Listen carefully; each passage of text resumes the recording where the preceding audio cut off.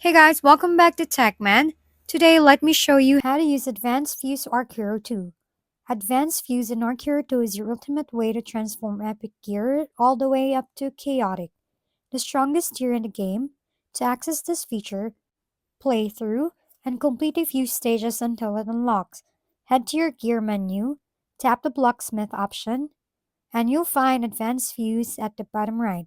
Here, you can choose gear of the same slot or use universal materials depending on the stage. The left slot determines what gear you'll receive, while the second and third slots can provide upgrades.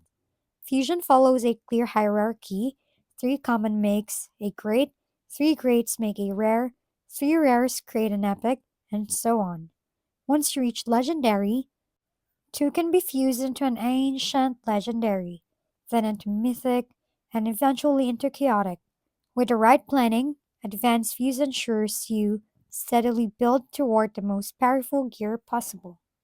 If we've been helpful, kindly give us a thumbs up, and don't forget to hit the subscribe and bell button for more contents. For any questions and suggestions, comment down below.